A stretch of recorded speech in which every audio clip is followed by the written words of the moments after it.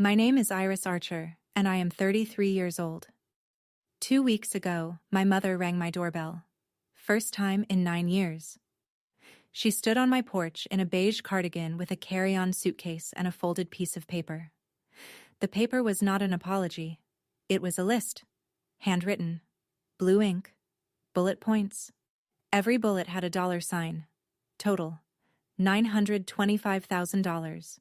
She did not say she was sorry. She did not ask about her grandchildren. She said, "We need to talk about the family's future." But here is what my mother did not know. I had been keeping a list of my own for 9 years.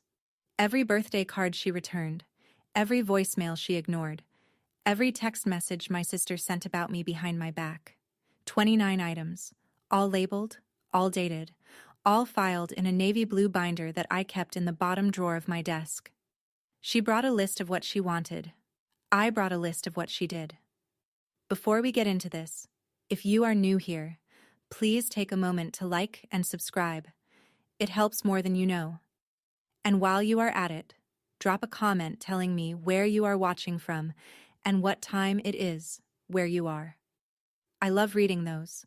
Let me take you back to the summer I turned 24. The summer my family told me I was no longer one of them. Millfield, Ohio. Population, 2,000 and change. One Baptist church. One barbershop. One diner where every booth smelled like coffee and bacon grease no matter what time you walked in. That was my town. My whole world until I was 18. My father, Kenneth, worked at the lumber yard on Route 7 for 31 years. Same shift, same boots, same quiet nod when he came through the door at 5:42 every evening. My mother, Diane, ran the household and the church women's committee with equal precision. She organized the Easter brunch. She coordinated the prayer chain. She decided who brought what to every potluck, and nobody argued. My sister Paige was 4 years younger and everything I was not. Loud, confident.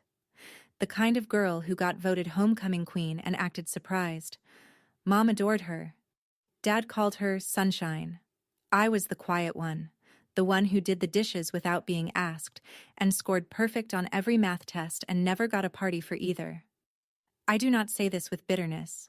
I say it because you need to understand the math. In our family, love was a budget, and Paige was the line item that always got funded first. When I was 18, I got a scholarship to Ohio State. Full ride. I was the first archer to go to college. Mom packed my suitcase and slipped a card inside, the kind with flowers on the front and her handwriting on the back. "Come home soon. You belong here." I kept that card for 15 years. It is still in my desk drawer, right next to the navy binder. The card was the last kind thing she ever wrote me. I met Marcus Ellison in advanced statistics, spring semester of my junior year. He sat 2 rows ahead of me and solved regression problems like he was reading a grocery list. Calm, methodical, never rushed. He was an engineering major, computer science minor, on a partial scholarship from Cleveland. His mother, Cora, was a retired school librarian. His father, white, from the suburbs, left when Marcus was 4. Cora raised him alone. She worked 2 jobs until Marcus turned 16, and then she worked 1 job and volunteered at 3. Marcus was biracial. He had his mother's eyes and his father's jawline, and this way of listening that made you feel like everything you said actually mattered. Our first date was at a taco truck near campus. He paid with crumpled singles. I paid with quarters. We split a horchata and talked until the truck closed. He told me he wanted to build something. He did not know what yet, but something that solved a real problem. I told him I wanted a job where the numbers meant something. He said, "Then, we are in the right field." We dated for 3 years before he proposed. 3 quiet, steady, unremarkable years. He met my parents twice. The first time, Mom smiled too wide and called him Michael instead of Marcus. The second time, she called him Marcus, but did not look at him when she said it. Both times, Dad shook his hand and said almost nothing. I told myself it was nerves, small-town people. They just needed time. Paige was the honest one. At Thanksgiving, she leaned over and whispered, "He is nice, but Mom is never going to be okay with this. You know that, right?" I did not know that. Not yet. Marcus proposed on a Tuesday. No ring at first, just a conversation at our kitchen table in our tiny apartment near campus. He said, "I want to spend my life with you. I want to build something with you. Will you let me?" I said yes before he finished the sentence. I called home that night. Mom picked up on the third ring. I told her. The line went quiet for 7 seconds. I counted. "You need to think about what this means for this family, Iris. Not congratulations. Not, tell me about the ring. A warning." Dad got on the extension. He cleared his throat twice and said nothing. 2 days later, Paige texted, "Mom has been crying since you called. Are you happy now?" I was, actually, for the first time in years. But I did not reply that. 2 weeks after the call, a letter arrived. Not an email. Not a text. A letter. Handwritten. Diane Archer's cursive on cream-colored stationery. She wrote 4 paragraphs. The last one said, "If you go through with this, you are choosing him over your family. We cannot support this. We will not attend. And if you walk down that aisle, do not expect to walk back through our door. He is not one of us, Iris. He never will be." That was the line.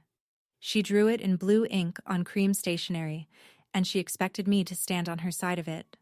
I read the letter 3 times, folded it, put it in a manila folder. I did not know why I kept it. Something in me, the part that files receipts and labels bank statements, told me to hold on to it. I held on.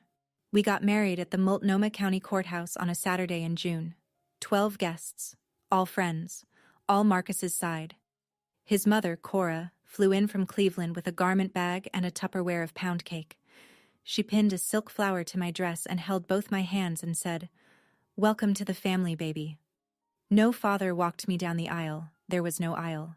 There was a hallway with fluorescent lights, and a judge who pronounced our names wrong, and a reception at a Thai restaurant, where we pushed 4 tables together and Marcus's college roommate gave a toast that made everyone laugh so hard Cora spilled her water.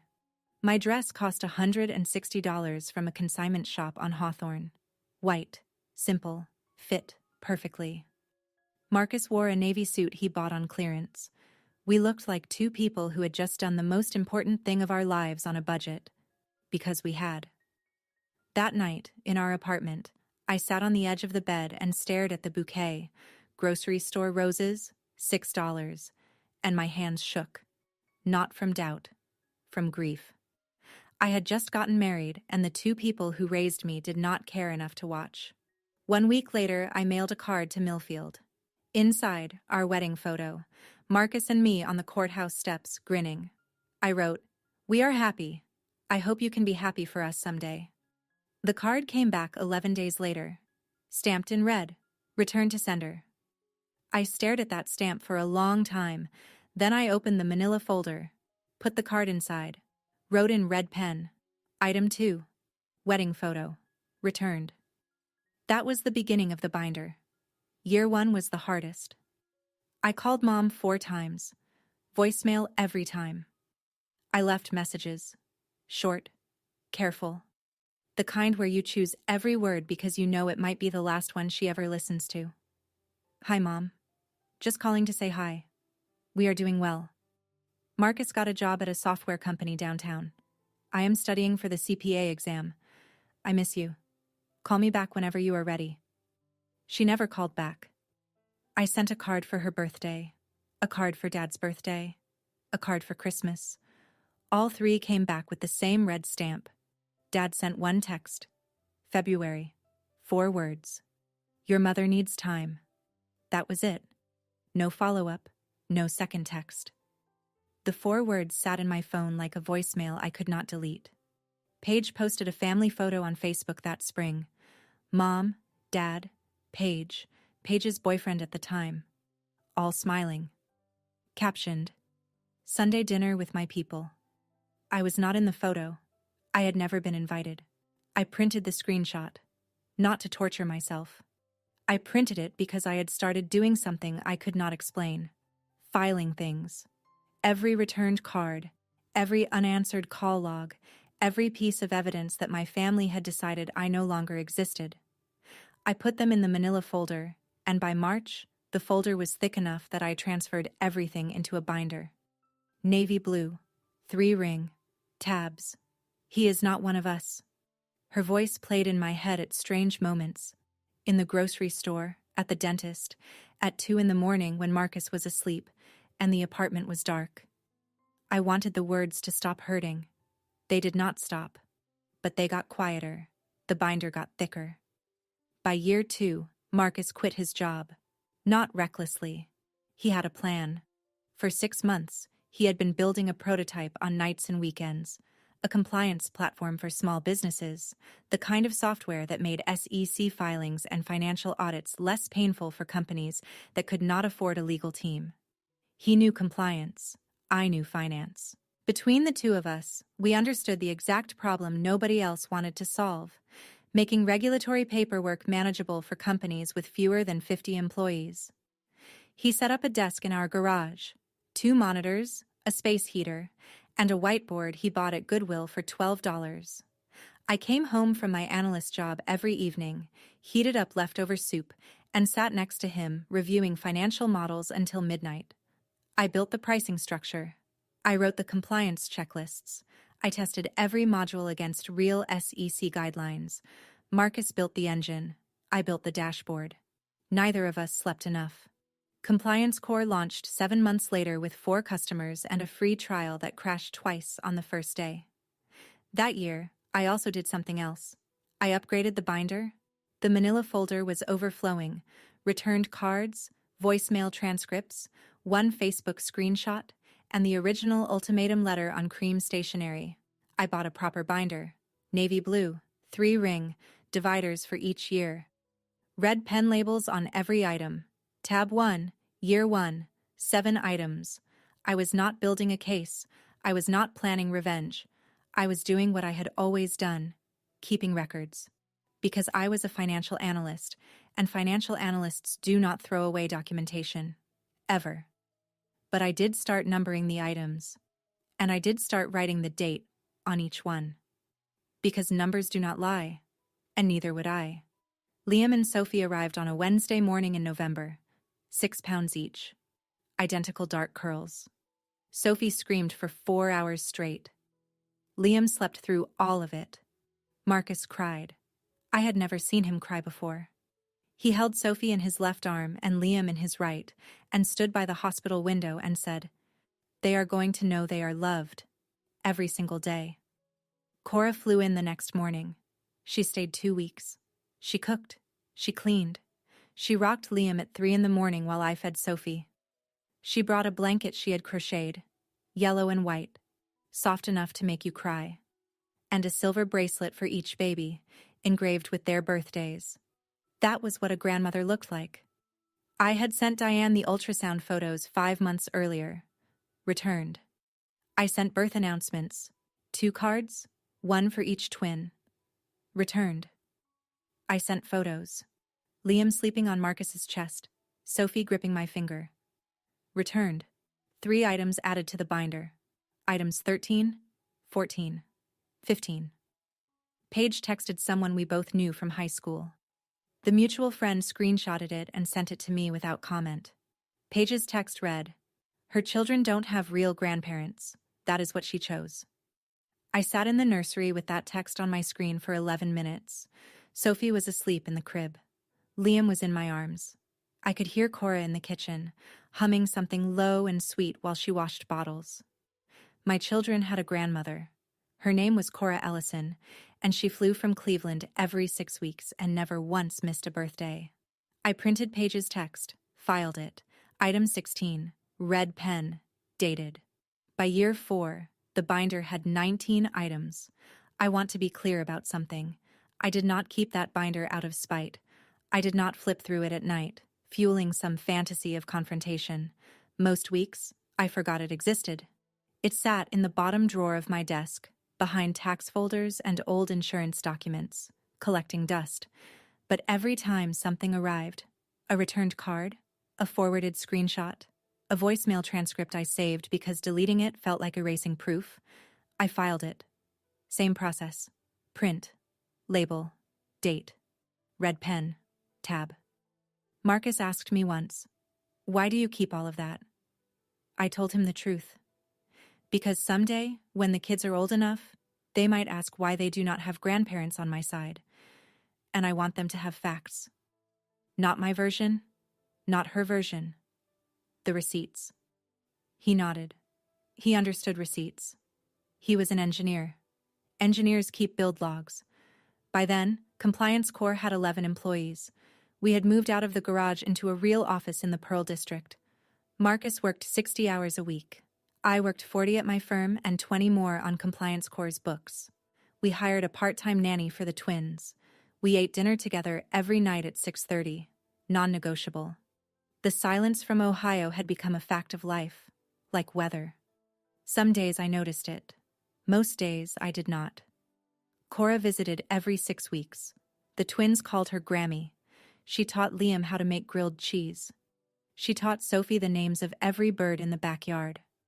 I did not know it then, but that binder would become the most important document in my life. More important than my degree. More important than our marriage certificate. More important than the IPO filing I would sign 5 years later. Year 5, 15 employees. A real office with a sign on the door and a conference room with a whiteboard that was not from Goodwill. Compliance Corps was growing. Not fast, not flashy, but steady. The kind of growth that does not make headlines but pays salaries and keeps the lights on. Marcus still coded. He refused to become the kind of CEO who stopped building the product. Most mornings he was at his desk by 6:30, headphones on, deep in architecture problems that I did not pretend to understand. I handled everything else: cash flow, vendor contracts, quarterly projections. The company was his vision. The numbers were mine. We bought our first house that year. A craftsman bungalow in the Selwood neighborhood of Portland. 3 bedrooms, original hardwood, a backyard with a plum tree the twins claimed as their fort. I remember signing the mortgage papers and thinking, this is ours. Nobody gave us this. We built it. Liam started kindergarten. Sophie started kindergarten. They rode the same bus and sat in the same row and argued about who got the window seat. Normal. Beautifully, painfully normal. On a Tuesday night in October, I made the mistake of checking Facebook. Diane had posted a family photo from what looked like a Thanksgiving preview dinner. New dining set, Paige and her husband, a baby in a high chair. Paige's son, my nephew. I had never met him. Caption, my whole world. 3 people in the photo, a baby, a table, a family that did not include me or my children or the man I married. I closed the app, went to bed. Did not cry. I had stopped crying about Diane Archer somewhere around year 3. Some wounds do not heal. They just go numb. Paige got married in year 6. I learned about it from Instagram. The photos were beautiful. White church. The same Baptist church where I got baptized at 12. 200 guests. Paige in a cathedral-length veil. Mom in lavender. Dad in a new suit I had never seen before. The reception had a live band, a 5-tier cake, and a sparkler send-off that looked like a movie. They did not invite me. They did not tell me. I found out 4 days after the wedding when a friend from high school posted a group shot with the caption, "Best Wedding of the Year." I zoomed in. My parents were in the second row, smiling, arms around each other. Dad looked thinner. Mom looked exactly the same. I stared at that photo for a long time, not because I was jealous of the wedding. I had my wedding. 12 people, Thai food, a $160 dress, and the best man I have ever known. I stared because they looked happy. And they looked happy without me. I did something I probably should not have done. I ordered a set of handmade linen napkins from a shop in Portland. Ivory, monogrammed with Paige's new initials. I wrote a card. "Congratulations on your wedding. I wish you and your husband every happiness. Love, Iris." The package came back 3 weeks later. Unopened. I could see the tape was untouched. Item 17. Gift return. Paige's wedding. Red pen. Dated. I put the binder back in the drawer. Closed it. Sat at my desk and listened to Sophie singing in the bath and Liam arguing with Marcus about whether dinosaurs could swim. That was my family. Right there. In the next room. And they were enough. Year 7 changed the trajectory. Compliance Corps landed its Series B, $12 million from a venture capital firm in San Francisco. I remember the phone call. Marcus was in the kitchen making pancakes for the twins. His phone rang. He listened, nodded, hung up, turned to me and said, "They said yes." I did the math before the pancakes were done. $12 million in funding. Post-money valuation of $68 million. Marcus and I still held 22%. We were not rich. Not yet. But the numbers were heading somewhere I had only ever modeled in spreadsheets. I left my analyst job that month and joined Compliance Corps full-time as CFO. It was the first time my name was on the company paperwork next to his. We were partners. In everything. We moved to a bigger house. A 4-bedroom colonial in Lake Oswego, 15 minutes south of Portland. Good schools. Quiet neighborhood. A kitchen with an island where the twins did homework while I reviewed quarterly reports on the other end. The Series B made a small splash in the press. TechCrunch ran a 4-paragraph piece. 2 fintech newsletters mentioned it. Nothing major. The kind of coverage that people in the industry noticed and everyone else scrolled past. But someone in Millfield, Ohio did not scroll past. 2 weeks after the TechCrunch article, a friend from high school texted me, "Hey, kind of random, but your mom asked me about your husband's company at church on Sunday. She wanted to know what Series B meant. Just thought you should know." I read that text 3 times. Mom had not spoken my name in 7 years. She did not know what Series B meant, but she wanted to. The math was changing, and Diane Archer was paying attention. That same year, I sent what I knew would be my last birthday card. I had sent one every year. 7 straight years, 7 returned. Each one filed, each one labeled. But this time, I tucked something extra inside. A photo of Liam and Sophie at their school's fall festival. Matching flannels. Face paint. Liam was missing his 2 front teeth. Sophie was grinning so wide her eyes were almost shut. On the back of the photo, I wrote, "They ask about you sometimes. I tell them you live far away." I sealed the envelope, mailed it, expected the usual. Red stamp, 11 days, back in the mailbox. It came back in 9 days. But something was different. The envelope had been opened. The flap was creased, the glue resealed with a strip of clear tape. I held it up to the light. The card was inside. The photo was inside. But someone had taken them out, looked at them, and put them back. Carefully. Deliberately. Then sent it back. I sat at the kitchen table and turned that envelope over in my hands for a long time. Someone in that house, Dad, I was almost certain, had opened the card, had looked at his grandchildren's faces, had held the photo, and then someone else, Mom, I was certain, had made him put it back and return it. He wanted to keep it. She would not let him. Item 23. Birthday card. Opened and resealed. Photo viewed. Still returned. I wrote the label with a steadier hand than I expected. Because I had suspected for years that Dad was not the architect of this silence. He was the enforcer. Mom was the architect. And the blueprint was simple. If she could not control who I loved, she would erase me from the family entirely. Year 8. Compliance Corps was growing faster than either of us expected. 80 employees, offices in Portland and Austin, a partnership with 2 of the largest accounting firms in the Pacific Northwest. Marcus was on the cover of a regional business magazine, small print run, local distribution, but his face was on a glossy cover with the headline, "The Quiet Disruptor." I noticed strange activity on my LinkedIn that month. Someone from Millfield, Ohio had viewed my profile 3 times in 1 week. No name visible, a private browser or a burner account. But the location was right there. Millfield, Ohio. Then Forbes ran its annual Companies to Watch list. Compliance Corps made it. Number 47 out of 50. Small mention. 2 sentences. But it was Forbes. I did not think much about the LinkedIn views until a few weeks later when Marcus was invited to guest on a fintech podcast. The episode was 45 minutes, mostly technical. Compliance automation, API integrations, federal reporting standards. Not exactly viral content. But 3 days after it aired, my old friend from Ohio texted again. Your mom told Linda at church that she always knew Marcus was smart. Direct quote. Linda said Diane sounded proud. First time she has mentioned your name in years. Always knew Marcus was smart. 7 years of silence, and now she always knew. I did not add that to the binder. It was not a document. It was hearsay. But I wrote it on a post-it and stuck it to the inside cover because I wanted to remember the moment Diane Archer started rewriting history. She was not proud of Marcus. She was not even sorry. She was recalculating.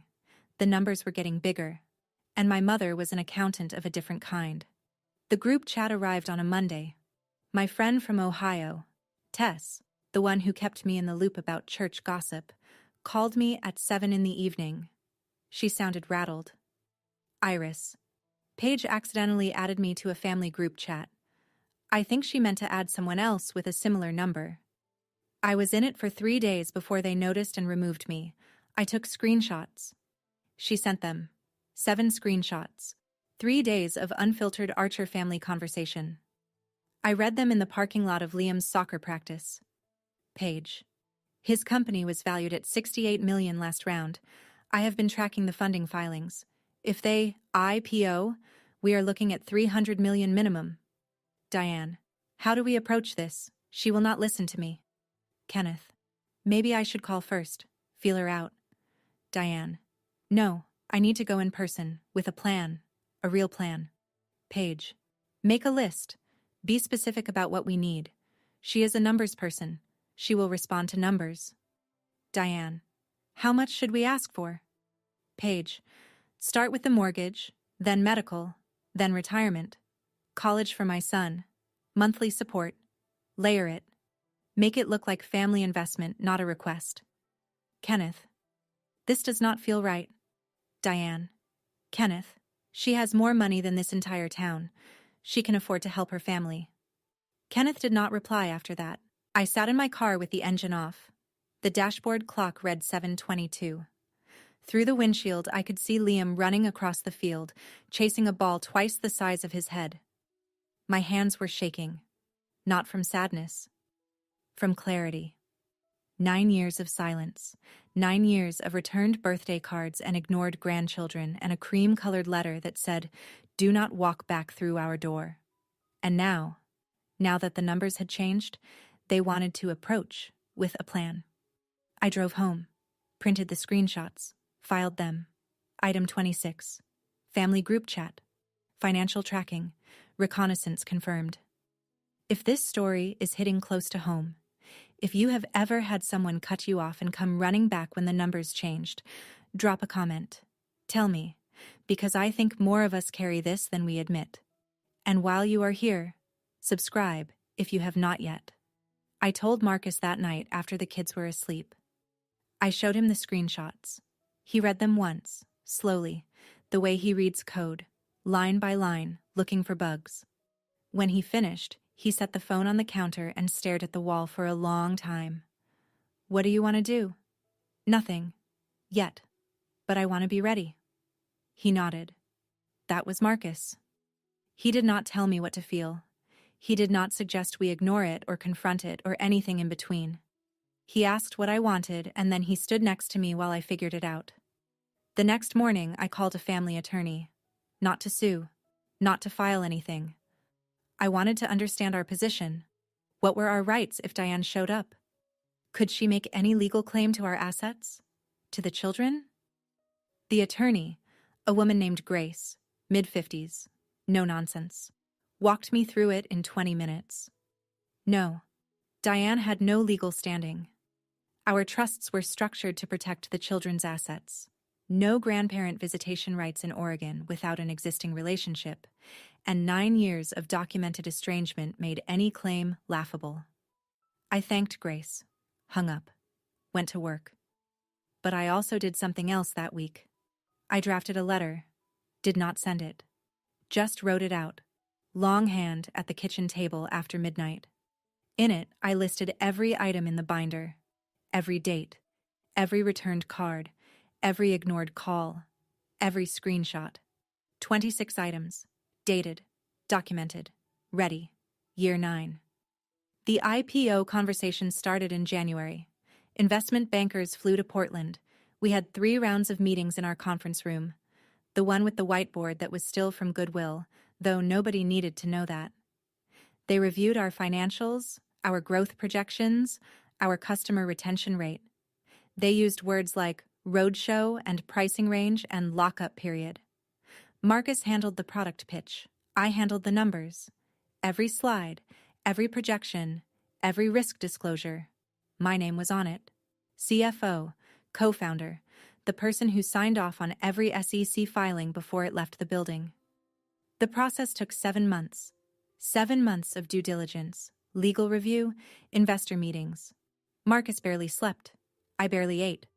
The twins started noticing. Liam asked why Dad kept talking to his laptop at dinner, and Sophie drew a picture of me at my desk with a speech bubble that said, "One more email." In August, our attorney finalized the trust structure for Liam and Sophie. 2 irrevocable trusts, funded, protected. Nobody, not Diane, not Kenneth, not Paige, not any future version of any Archer who showed up with a list, could touch $1. I signed the trust documents on a Tuesday afternoon in a corner office overlooking the Willamette River. The attorney asked if I had any questions. I had one. If a family member attempts to claim access to these funds, what happens? Nothing, she said. That is the point. I went home, made dinner, helped Sophie with long division, put the trust documents in the fire safe under our bed. Then I noticed something odd. For the first time in months, no one from Millfield had viewed my LinkedIn. No texts from Tess about church gossip. No digital footprints at all. Quiet. The dangerous kind. 2 months before the IPO, Paige texted me. First time in 9 years. The message arrived at 2:17 on a Thursday afternoon. Hey, just thinking about you. How are the kids? 6 words. 9 years. And, how are the kids? As if she had been asking regularly, as if this was a continuation of something instead of a resurrection. I did not reply for a week. I wanted to see if she would follow up. She did. A second text. I am going to be in Portland for work next month. Would love to see you. Marcus said, "It is your call." I agreed to meet her. Not at our house. At a cafe in the Pearl District. Public, neutral, time limited. Paige showed up 15 minutes late in a blazer and ankle boots. She looked like she had practiced being casual. She hugged me too long. She said, "You look amazing," 3 times in the first 10 minutes. Then she started asking questions. How big was our house? Did the kids go to private school? What neighborhood did we live in? Was Marcus still running the company or had he stepped back? How many employees now? Had they raised more money recently? 32 questions. I counted. None of them were, "I am sorry." Halfway through our lattes, I noticed something in the reflection of the cafe window. Paige had her phone angled toward the parking lot. She was photographing my car, a white Tesla Model Y that Marcus bought me for my birthday. She was scouting, cataloging, building a report. I let her finish her latte. I answered her questions. Vaguely, politely, the way you answer a bank teller's small talk. When we hugged goodbye, she held on too long again. She ordered a latte and asked 32 questions. I counted. The only question she did not ask was the only one that mattered. After the cafe, I drove straight home and opened the binder. Item 28. Page reconnaissance visit. Date, red pen, notes, 32 questions documented. Photographed vehicle, no apology offered, no mention of past estrangement. Then I called Grace, the family attorney, for the second time. They are coming, I told her. My mother. Probably within weeks of the IPO. She will bring demands. Grace asked what kind of demands. I told her about the group chat, the screenshots, Paige's instructions to layer it, and Make it look like family investment. Grace was quiet for a moment. You have documentation? I have a binder. How thorough? 28 items. Dated. Sourced. 9 years. Another pause. Iris, you do not need me for this. You need me for the legal structure, the trusts, the estate separation. That is already done. What you are describing is not a legal confrontation. It is a personal one. And for that, you just need to decide what you are willing to say. She was right. This was not about lawyers. This was about a woman who showed up at my door because the numbers changed, and whether I was going to let her rewrite 9 years of silence into a story about a misunderstanding. I sat at my desk that night and pulled out the letter I had drafted months ago, the one listing every item in the binder. I read it. Then I put it back in the drawer. I did not need a letter. I had the binder itself. 28 items. 9 years. Every returned card. Every ignored voicemail. Every screenshot. Every piece of evidence that my family had erased me. Not because I did something wrong, but because I loved someone they refused to accept. The binder would speak for itself. Compliance Corps went public on a Wednesday in October. Marcus and I stood on the floor of the NASDAQ in New York, him in a charcoal suit, me in a navy blazer, and watched the stock open at $18 a share. By noon, it hit 20. By close, 22. Market cap, $440 million. Marcus and I held 10%. Net worth on paper, $44 million. 44 million. I did not know what to do with that number.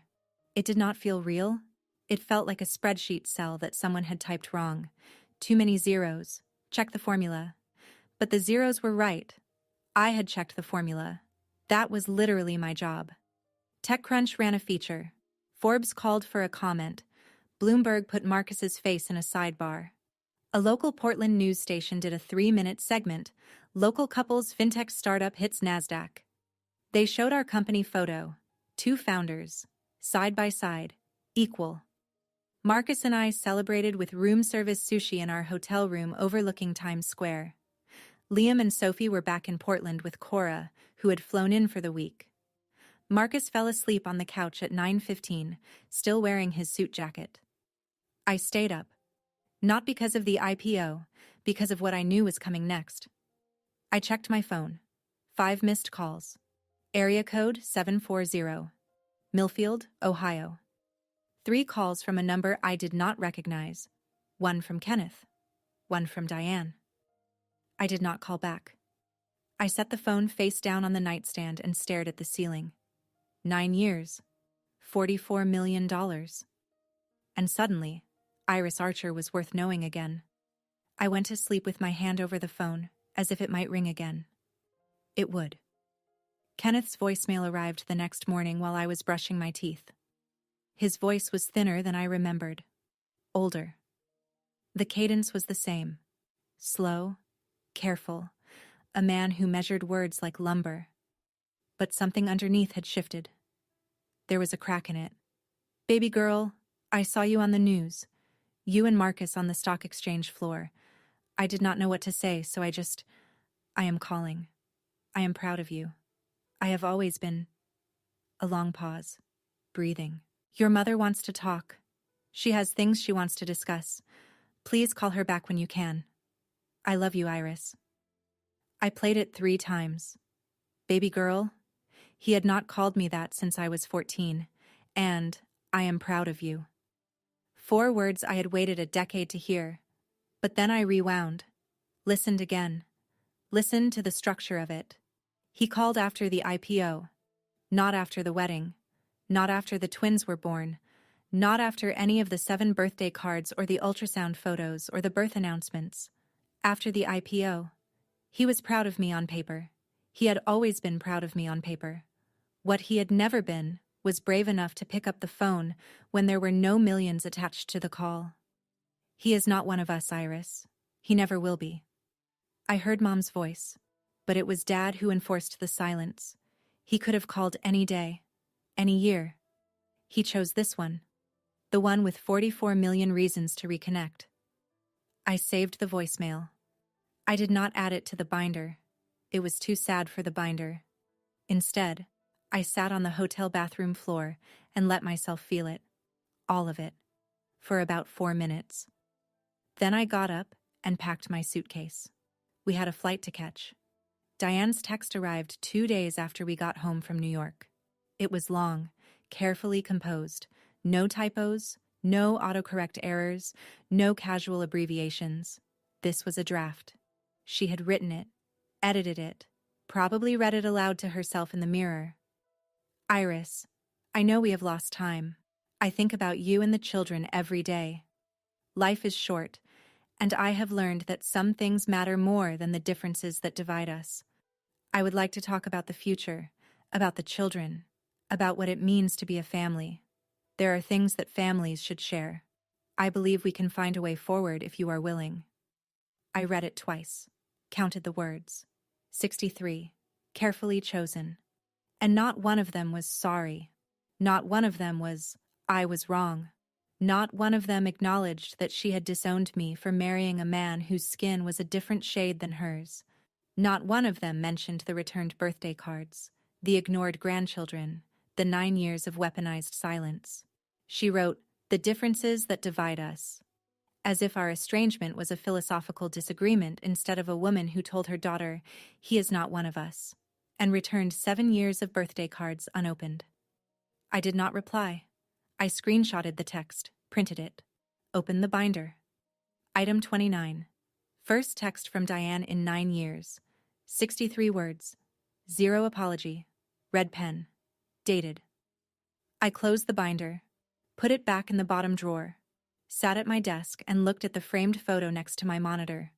Marcus and me and the twins at Cannon Beach. All 4 of us squinting into the sun, Liam on Marcus's shoulders, Sophie holding my hand. That was my answer. Right there, in the frame. Tess called on a Friday. Paige is telling everyone that she visited you in Portland.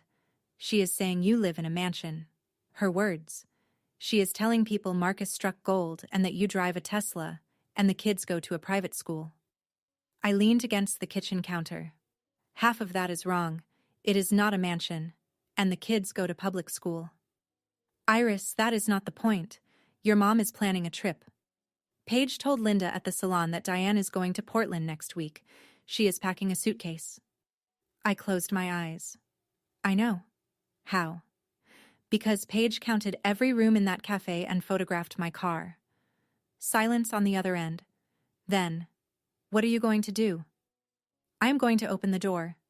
Tess sounded surprised. You are going to let her in? I am going to let her talk. And then I am going to show her what I have been keeping in the bottom drawer of my desk for 9 years. I hung up and stood in my kitchen, the kitchen with the island where Sophie did homework, and Liam built Lego towers, and Marcus made pancakes on Sunday mornings. Cora's photo was on the fridge, next to the twins' field trip picture. Grammy Cora, the only grandmother they had ever known. Diane was coming. I had known it since the group chat, since the Series B, since the LinkedIn views and the church gossip and Paige's 32 questions at the cafe. The numbers had changed, and Diane Archer was coming to collect. But I was not the same girl who left Millfield at 18 with a scholarship and a mother's card that said, "Come home soon." I was a CFO, a mother, a woman with a binder, and I was ready. The irony was not lost on me. In Millfield, news traveled through the Baptist church the way water traveled through limestone, slowly, everywhere, impossible to stop. When I married Marcus, the Whisper Network had done its work in 48 hours. Diane Archer's daughter married someone who was not like us. The women on the prayer chain clucked their tongues. The men at the diner shook their heads. And Diane had used that social pressure like a weapon. She disowned me partly because she could not bear the whispers. Now the whispers had reversed. Tess told me. Linda at the salon told Tess. The church organist told Linda. Iris Archer's husband was on NASDAQ. Iris Archer was a CFO. Iris Archer was worth $44 million. And Diane Archer, the woman who ran the Easter brunch and coordinated the prayer chain, had disowned her own daughter 9 years ago for marrying him. People were not whispering anymore. They were asking questions. To Diane's face. You must be so proud. When did you last visit the grandkids? Are you going out to Portland for the holidays? And Diane had to smile through every single one, because admitting the truth, that she had cut off her firstborn for loving someone she refused to accept, would destroy the carefully curated image she had spent a decade building. The same town that let her cut me off was now asking her why. Diane could not tell them she was estranged from her daughter without admitting she was the one who drew the line, and she could not pretend everything was fine without someone inevitably asking, "Then where was Iris at Christmas?" The pressure was flipping, and Diane Archer, the woman who wielded social pressure like a scalpel, was now the one being cut. She arrived on a Tuesday at 10:14 in the morning. I know the exact time because I was standing at the kitchen window, drying a mug, and I watched the taxi pull up. She got out slowly. Beige cardigan, black slacks, the same pearl studs she had worn to church every Sunday since I was a girl.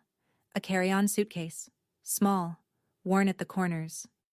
She stood on the sidewalk for a full 30 seconds before she walked up the path. I watched her look at the house, the craftsman details, the porch swing, the garden beds Marcus had planted in the spring. She took it in the way a real estate appraiser would, evaluating. The doorbell rang.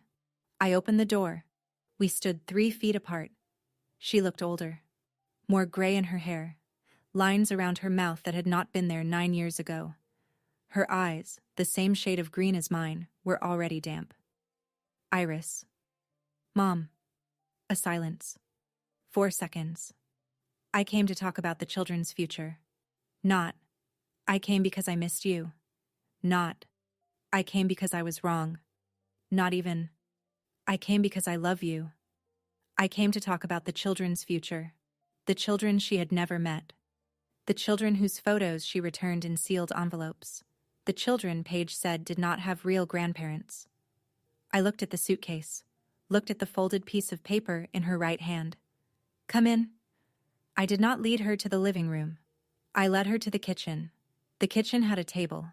It had good light. It had the fridge with Cora's photo and the twins' artwork, and a world map where Sophie marked every country she wanted to visit someday. The kitchen was where truth lived in this house, and truth was what we were about to have. She sat at the table. I poured 2 glasses of water. No coffee. Coffee was for people who were staying. She looked around the kitchen. Her eyes landed on the fridge, on Cora's photo, Grammy Cora holding Liam and Sophie on her lap at the beach, all 3 of them laughing. Diane stared at it for 5 seconds. Something crossed her face. I could not tell if it was guilt or jealousy. Then she unfolded the paper. Her handwriting, blue ink, 5 bullet points, each one neat, deliberate, the product of what must have been hours of calculation. She read them aloud. Retirement fund for your father and me, $500,000. I said nothing. College fund for Paige's son, Thomas, $200,000. Nothing. Medical expenses, your father's knee surgery, $45,000. Nothing. Mortgage payoff, the family home, $180,000. Nothing. Monthly support, $3,000. She folded the paper, placed it on the table between us, looked at me. This is what families do, Iris. Your father worked his whole life. He sacrificed for you, for both of you. It is time to give back. I stared at the list.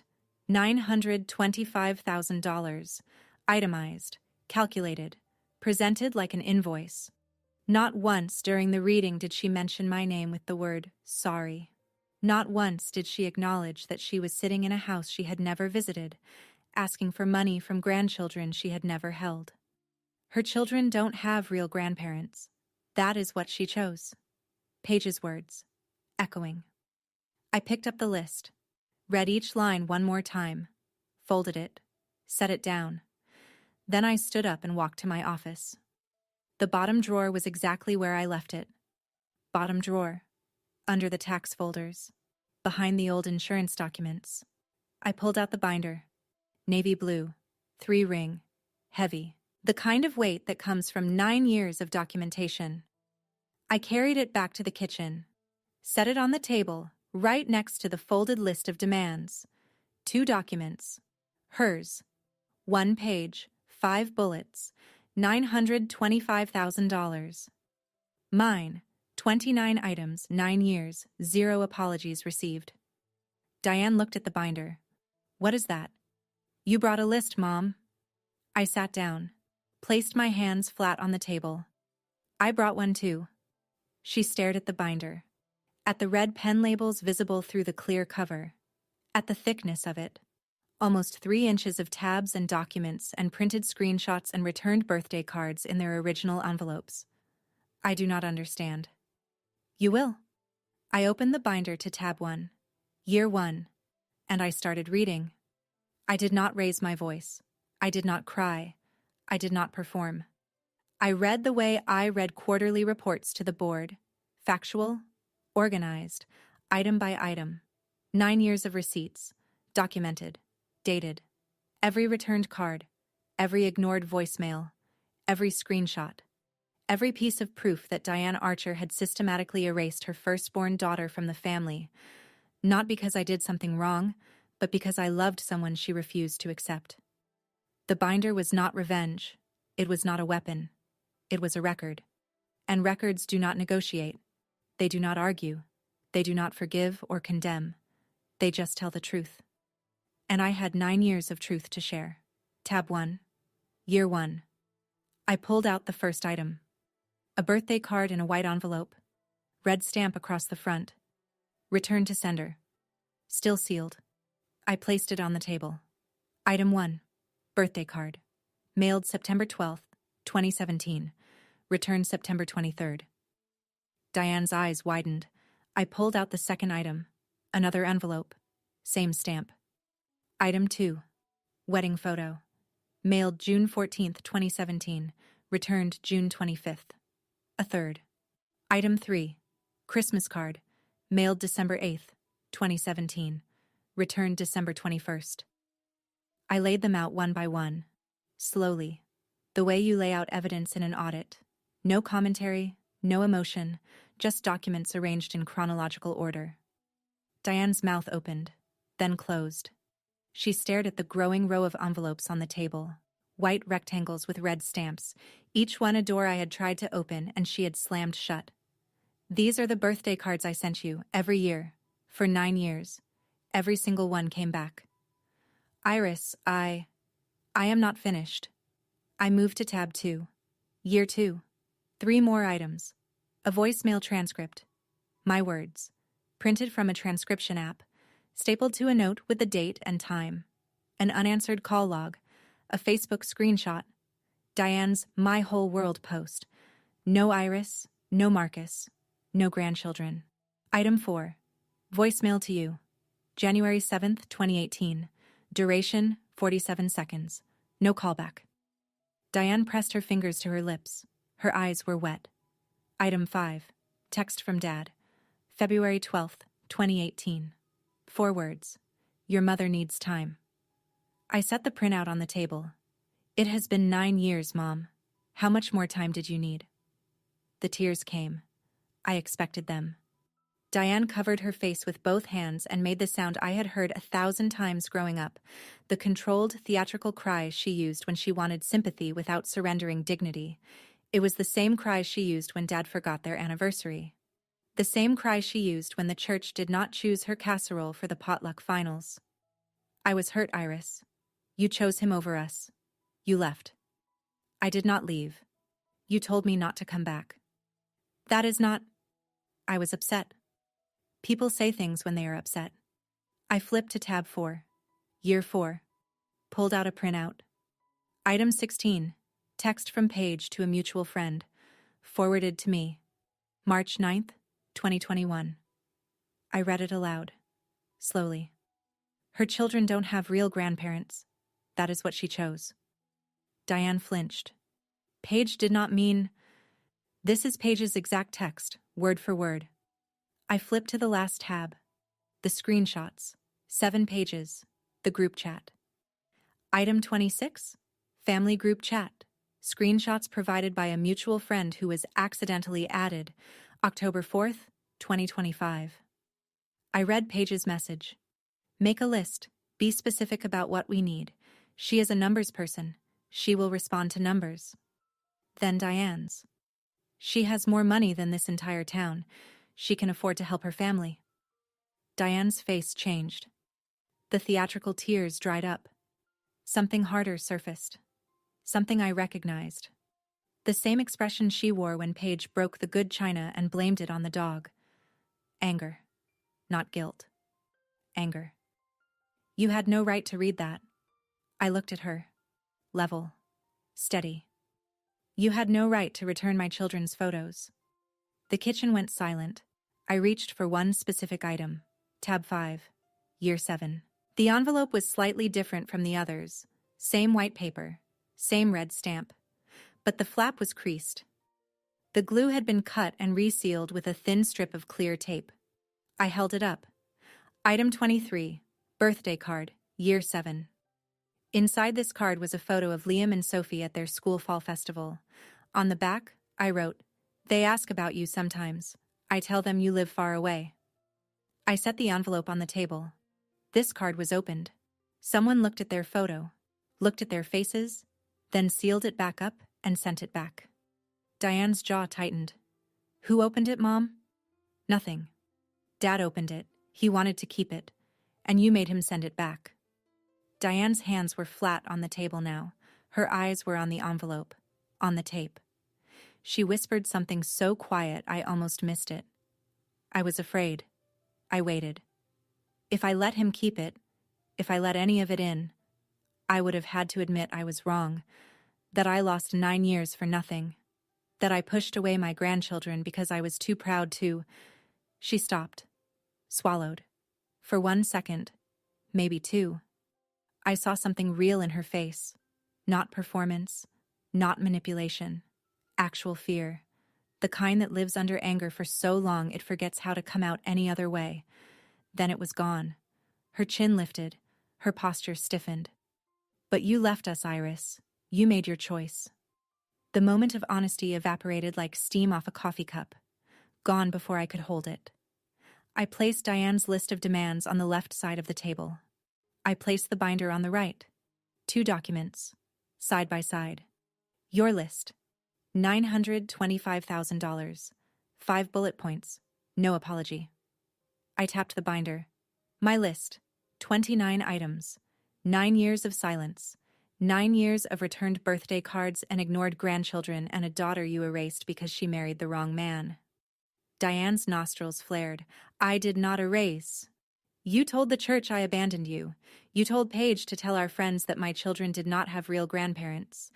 You tracked my husband's company for months and came to my door with an itemized invoice. I closed the binder. The metal rings clicked shut. You did not come here because you missed me, Mom. You came here because the numbers changed. Diane stood up. The chair scraped against the tile. After everything we did for you growing up, the food, the clothes, the school supplies, this is how you repay us? You raised me. That is not a debt. That is what parents do. We gave you everything. You gave me a card that said, "Come home soon." Then you told me not to come back. She had no answer for that. I could see her searching, scanning through her mental Rolodex of guilt trips and emotional leverage, and finding nothing that fit. You said he was not one of us. But for 9 years, his mother was the only grandmother my children had. The words hung in the kitchen like smoke. She heard them.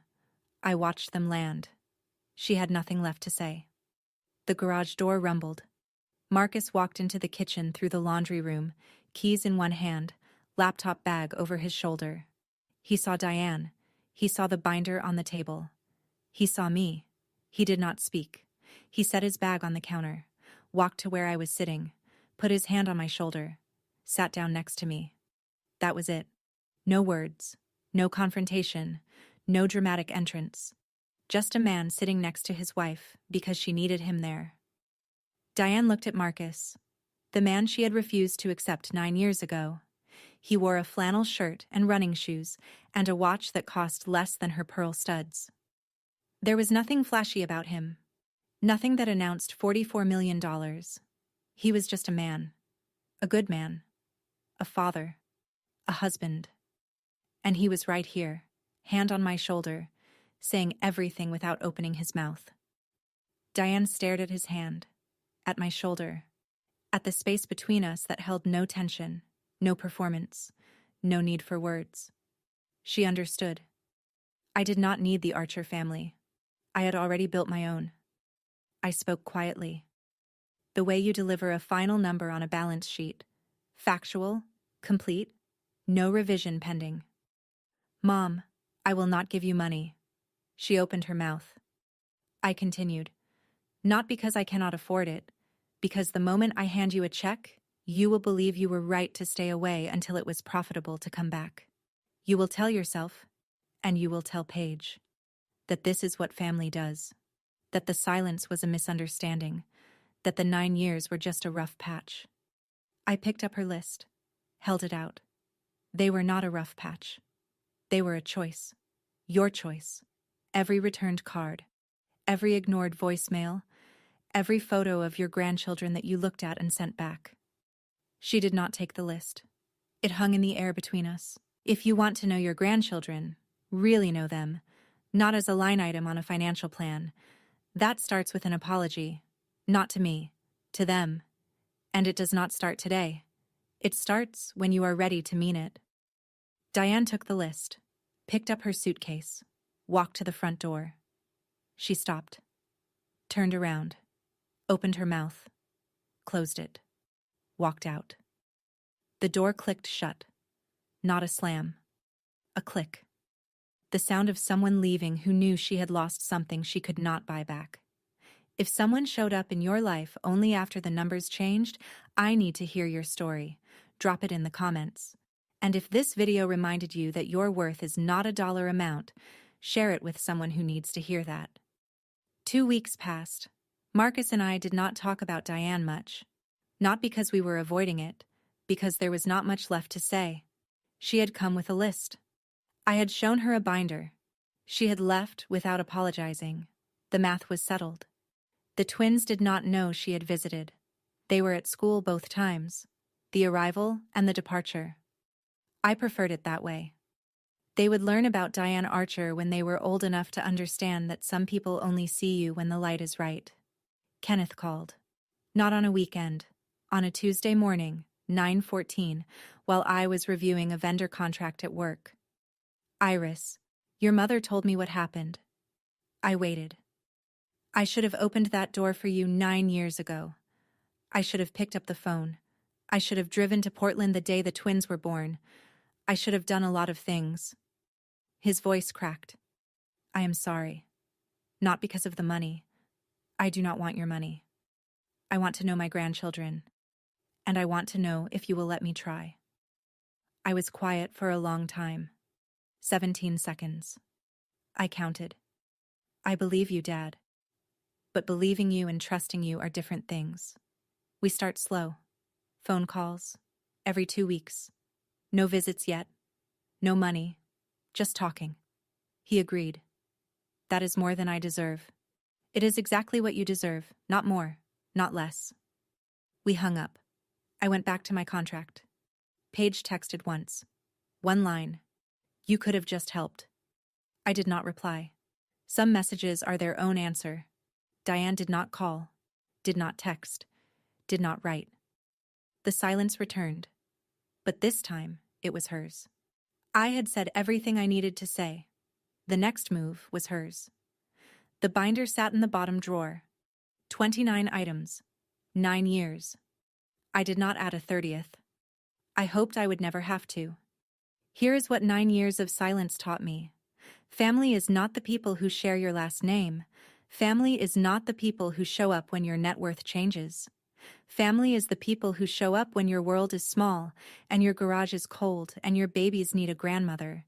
The people who fly from Cleveland every 6 weeks and crochet blankets and teach your son how to make grilled cheese. That is family. And it was never about money. It was about showing up. That is my story. 9 years, 29 items, 1 navy binder. If this story reminded you that your worth was never about the numbers, share it with someone who needs that today. Drop a comment, hit subscribe, and I will see you in the next one.